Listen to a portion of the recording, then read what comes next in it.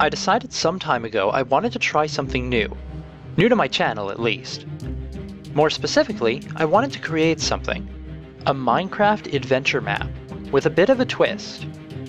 So in this series, we'll be designing Shards, a Minecraft MOBA adventure map. I began with a blank map, and using the mod World Edit, created a basic platform and selected my work area, a 300 by 300 block region, 40 blocks deep. I then used the generate command to form an elliptical structure out of solid stone. My equation and selected region were set to create an object half as wide as it is long. That one command took about 10 minutes to process, but the result is this massive stone shard. 300 blocks long, 150 blocks wide, and 40 blocks deep. This stone shard will serve as the structure on which we build the rest of this map.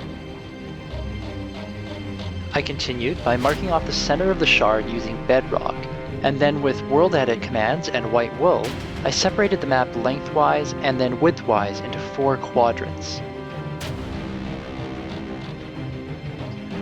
This map will require chunk loaders in order to function properly, as the entire shard will need to be fully loaded and running at all times. I needed to visually identify the individual chunks so that later I could easily implement chunk loaders.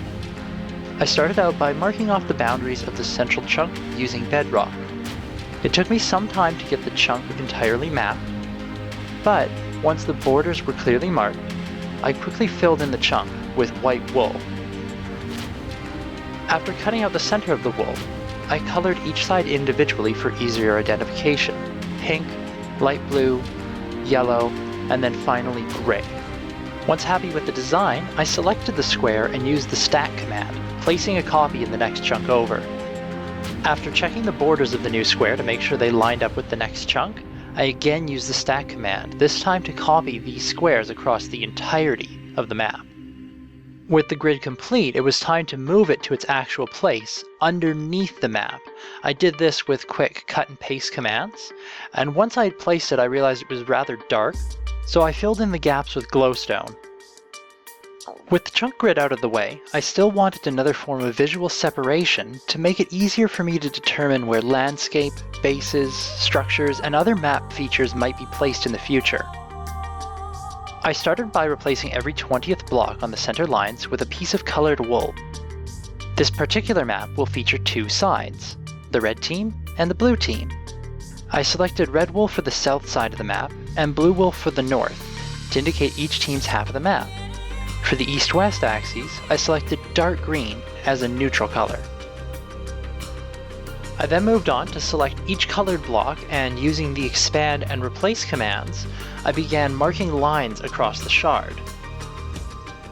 This gave me some distinct markers across first the red and then the blue sides of the map. Each marker clearly displays a 20 block distance. Once the north-south markers were completed, I then did the same from west to east over the green blocks. With this done, a clear 20 by 20 grid has been created over the shard surface. Skipping forward, you can see I've colored in the top of the shard. This is to visually represent the different terrain features we'll be placing in the future.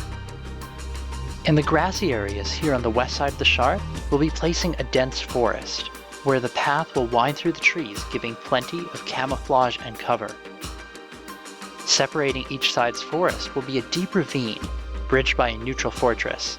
Players will need to fight for control of this crossing, so they may strike at the enemy base.